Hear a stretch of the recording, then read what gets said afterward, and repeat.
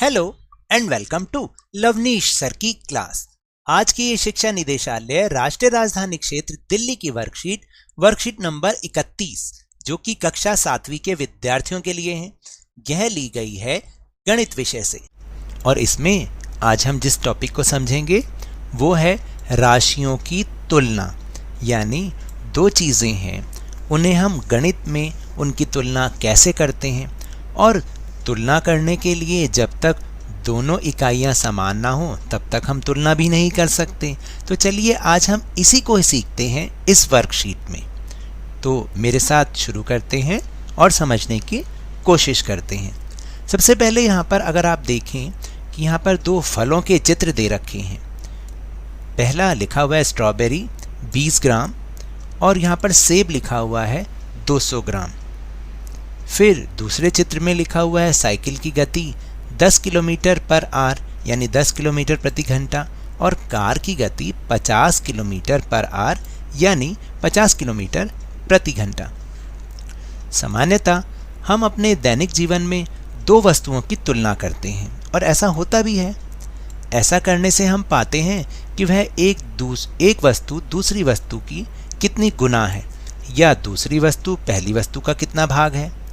इसके लिए हम क्या करते हैं, वस्तुओं की तुलना करने के लिए हम अनुपात का उपयोग करते हैं। अनुपात ज्ञात करते समय दोनों वस्तुओं की इकाई समान होनी चाहिए और अनुपात का चिन्ह आप देखिए ऐसा होता है। ये जो यहाँ पे लगाया हुआ है ना, दो बिंदियाँ लगाई हुई हैं, इसको हम कहते हैं अनुपात। फिर इसके बाद है कि अनुपात की खुद की कोई इकाई नहीं होती है। तो ये 3-4 बातें हमें अनुपात निकालते समय ज्ञात होनी चाहिए। यानी हम तुलना, मैंने पहले भी बताया आपको, हम तुलना जब ही कर सकते हैं जब दोनों की इकाइयां समान हों, तभी तो हम उनका अनुपात निकाल सकते हैं। फिर इसके बाद आता है समतुल्य अनुपात। ये समतुल्य अनुपात क्या होता है?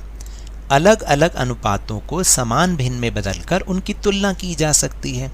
जैसे अगर हम ऊपर देख रहे हैं कि सेब तो लिखे हैं ग्राम में और स्ट्रॉबेरी लिखे हो किलोग्राम में, तो पहले हमें किलोग्राम को ग्राम में चेंज करना पड़ेगा, तभी तो दोनों की इकाई समान होगी ना। यदि दो भिन्न आपस में बराबर हैं तो उन्हें समतुल्य अनुपात कहा जाता है। अब आप समझे, राशियों की तुलना करने के लिए उनके अनुपात ज्ञात करना ही सबसे आसान तरीका होता है, क्योंकि दो चीज़ों के बीच में जब हम तुलना करते हैं तो हम अनुपात से, आमतौर पर हम अनुपात से ही उनकी तुलना करते हैं और यही सबसे आसान तरीका होता है। राशियों का अनुपात एक भिन्न राशि होती है। तो चलिए एक उदाहरण की सहायता से हम इसको समझें। 3 किलोमीटर का 300 मीटर के साथ अनुपात। देखने में तो समझ ही नहीं आता क्योंकि 1 किलोमीटर है और 1 मीटर है। तो इसको हम जब रख के देखते हैं तो 3 किलोमीटर और अनुपात का चिन्ह मैंने आपको बताया, ये दो बिंदियाँ, 3 किलोमीटर अनुपात 300 मीटर। तो सबसे पहले अगर हम किलोमीटर को मीटर में चेंज कर दें तो दोनों तरफ बराबर हो जाएगा। तो 1 किलोमीटर में 1000 मीटर, तो 3 किलोमीटर में 3 गुना 1000 मीटर और सामने तो 300 मीटर है ही। पहले दोनों राशियों को एक ही इकाई में लिखते हैं। यहाँ थोड़ा सा गलत लिखा हुआ है, आपको यहाँ पर लिखना है इकाई। इकाई इकाई का मतलब होता है यूनिट, यानी दोनों की यूनिट सेम होनी चाहिए, यानी दोनों तरफ मीटर होना चाहिए या फिर दोनों तरफ किलोमीटर होना चाहिए। फिर 3 गुना 1000 मीटर से क्या आया, 3000 और सामने 300 है ही। जब हमने इसको भाग करके देखा तो सरल रूप में अनुपात आया 10:1। तो इसी तरह से जब हमें दो चीज़ों को बराबर करना होता है तो उसके कुछ उदाहरण यहाँ पर हैं। जैसे 1 रुपये में 100 पैसे 100 पैसे होते हैं, एक दिन में 24 घंटे होते हैं, 1 घंटे में 60 मिनट, 1 किलोमीटर में 1000 मीटर, 1 मीटर में 100 सेंटीमीटर यानी 100 सेंटीमीटर, 1 लीटर में 1000 मिलीलीटर और 1 दर्जन मतलब 12 चीज़ें। अब अगला टॉपिक है कि राशियों को समानुपात में रखना। और राष्ट्रीय ध्वज सदैव एक निश्चित लंबाई व चौड़ाई के अनुपात में ही बनाए जाते हैं। अगर आप ध्यान से देखेंगे तो उनका अनुपात हर तरफ हर झंडे में एक जैसा ही होता है। तो चलिए एक और उदाहरण समझें। एक कंप्यूटर प्रयोगशाला में 6 विद्यार्थियों के लिए 3 कंप्यूटर होने चाहिए। ज्ञात कीजिए कि 24 विद्यार्थियों के लिए कितने कंप्यूटरों की आवश्यकता होगी। तो जो हमें दे रखा है पहले हम वो लिखते हैं। 6 विद्यार्थियों के लिए कंप्यूटरों की संख्या कितनी होनी चाहिए? 3। तो फिर एक विद्यार्थी के लिए कंप्यूटरों की संख्या 3/6 और 24 विद्यार्थियों के लिए कंप्यूटरों की संख्या जो 1 है 3/6 उसको हम 24 से गुणा कर देंगे, तो इसका मतलब 24 विद्यार्थियों के लिए आ जाएगा। तो जब हमने इसको करके देखा तो मैंने आपको इसकी गुणा सिखा रखी है परिमेय संख्याओं की, तो हम इसको ऐसे कर सकते हैं। जो आमने सामने होता है उसको हम आपस में भाग कर सकते हैं, जैसे 6 × 6 और 6 चौक 24 और उत्तर आया 3 × 4 यानी 12 कंप्यूटरों की हमें आवश्यकता होगी। फिर दूसरा उदाहरण है कि राजस्थान की जनसंख्या है 570 लाख और यूपी की जनसंख्या है 1660 लाख। राजस्थान का क्षेत्रफल 3 लाख प्रति वर्ग किलोमीटर और यूपी का क्षेत्रफल 2 लाख प्रति वर्ग किलोमीटर है। तो स्थिति देखिए क्या है, दोनों राज्यों में प्रति वर्ग किलोमीटर जनसंख्या कितनी है और किस राज्य की जनसंख्या कम है, अब हमें ये पता लगाना है। तो देखिए एक उदाहरण तो है कि जैसे राजस्थान का 3 लाख प्रति वर्ग किलोमीटर में राजस्थान की जनसंख्या कितनी है? 570 लाख। तो प्रति वर्ग किलोमीटर की व्यक्तियों की संख्या कितना आएगा? 570/3। इसको जब हमने भाग करके देखा तो उत्तर आया 190 लाख। अब इसी तरह से हमें यूपी की जनसंख्या प्रति वर्ग किलोमीटर निकालनी है। तो इसको हम कैसे करेंगे? हमें ये पता है कि यूपी की जनसंख्या कितनी है? 1660 लाख। तो प्रति वर्ग के लिए हमें क्या करना पड़ेगा, क्योंकि वहाँ पर है 2 लाख प्रति वर्ग किलोमीटर यूपी का क्षेत्रफल, तो इसको 2 से भाग करना पड़ेगा। तो हमारे पास जो उत्तर आएगा वो आएगा, कितना आएगा बताइए? भाग करके देखिए, 830 लाख। तो ये तो आ गया यूपी की जनसंख्या का प्रति वर्ग किलोमीटर में वो कितनी जनसंख्या रहती है यूपी की। और अब बताइए दोनों में से किसकी जनसंख्या कम है? तो किसकी जनसंख्या कम है? राजस्थान की। दूसरे का उत्तर है राजस्थान। इस तरह से हम यहाँ पे दूसरे का उत्तर लिख देंगे।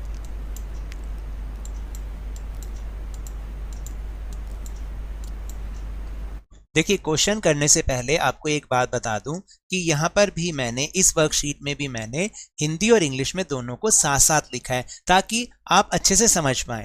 आप जब क्वेश्चन करते हैं ना तो जो इंग्लिश मीडियम वाले हैं वो इंग्लिश की यूनिट्स लिखेंगे, जैसे अगर किलोग्राम है तो आप उसको केजी लिखें और हिंदी वाले उसको हिंदी में किलोग्राम लिख दें। लेकिन जो संख्याएं हैं, जो नंबर्स हैं, जो कैलकुलेशन है वो तो सेम ही रहेगी, इसलिए आप इसको ध्यान से करें। इसमें कोई उलझन वाली बात नहीं है। बहुत सारे बच्चों की शिकायत है कि आप हिंदी में इंग्लिश लिख रहे हैं, इंग्लिश में हिंदी लिख रहे हैं, तो उससे कोई फर्क नहीं पड़ता। देखिए मैथ्स में हिंदी और इंग्लिश मीडियम का कोई फर्क नहीं पड़ता, आपकी कैलकुलेशंस, आपके नंबर्स ठीक होने चाहिए। फर्स्ट क्वेश्चन यानी पहला क्वेश्चन है अनुपात ज्ञात करें और इंग्लिश में फाइंड द रेशो। तो क्या हमें एक अनुपात ज्ञात करना है, जैसे हमने पहले समझा था 5 रुपीज़ टू 50 पैसा, यानी 5 रुपये को और 50 पैसे का अनुपात हमें ज्ञात करना है। तो हमें ये पता है कि 1 रुपये में कितने पैसे होते हैं? 100 पैसे। तो 5 रुपये में कितने पैसे होंगे? 500 पैसे। तो 500 पैसा, अब दोनों बराबर हो गए। 500 पैसा 5 रुपये का मतलब 500 पैसा अनुपात 50 पैसा। इसको हमने भाग करके देखा, उत्तर आया 10/1। तो अनुपात हुआ 10:1 यानी 10:1। फिर question number 2, part number 2, 15 kg to 210 grams, 15 kilogram से 210 ग्राम, इसका अनुपात निकालना है हमें।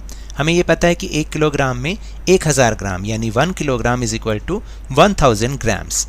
तो 15 kg में कितने ग्राम्स होंगे? 15,000 ग्राम्स होंगे। अब दोनों बराबर हो गए, 15,000 ग्राम्स रेशो 210 ग्राम्स। तो फिर हम इसको ग्राम्स में नहीं देखते, अब हम इसको डिवाइड करके देखते हैं। तो हमारा डिवाइड करने पर आंसर आएगा 500/7। तो इसकी जो रेशो बनेगी वो बनेगी 500:7। ये इसका आंसर होगा। Now the third part is 9 metre to 27 centimetre, यानी 9 मीटर और 27 सेंटीमीटर का अनुपात करना है। तो we know 1 metre is equal to 100 centimetre, यानी 1 मीटर में 100 सेंटीमीटर होते हैं। तो 9 मीटर में कितने सेंटीमीटर होंगे? 900 सेंटीमीटर। अब हमने दोनों को इक्वल कर दिया, 900 सेंटीमीटर रेशो 27 सेंटीमीटर। फिर हमने इनको दोनों को डिवाइड करके देखा, आंसर आया 100/3। Then answer is 100:3। इस तरीके से हमें इसको सॉल्व करना है। Fourth part is 30 days to 36 hours, यानी 30 दिन को और 36 घंटे के बीच में अनुपात निकालना है। तो पहले हम 30 दिन को घंटों में चेंज कर देंगे ताकि दोनों बराबर हो जाएं। हमें पता है कि एक दिन बराबर 24 घंटे, तो 30 दिनों में कितने घंटे होंगे? 720 घंटे। 30 गुना 24। तो अब हम इनका अनुपात निकालें, 720 आवर्स अनुपात 36 आवर्स, इनको डिवाइड किया, देन आंसर इज 20/1, यानी 20/1। तो आंसर बन जाएगा 20:1। This is your answer. अब दूसरा प्रश्न है कि अपने दैनिक जीवन से कुछ उदाहरणों की सूची बनाएं जहां आप अनुपात और समानुपात का उपयोग करते हैं या होता है। तो देखिए, बहुत सारी जगहों पर समानुपात और अनुपात का उपयोग होता है, जैसे कि भार में, ठीक है, वो हमने ऊपर बताया अभी, ऊंचाई में, ठीक, और किस में होता है? दूरी में भी होता है, दूरी में होता है, ठीक है, और किस में होता है? गति में होता है।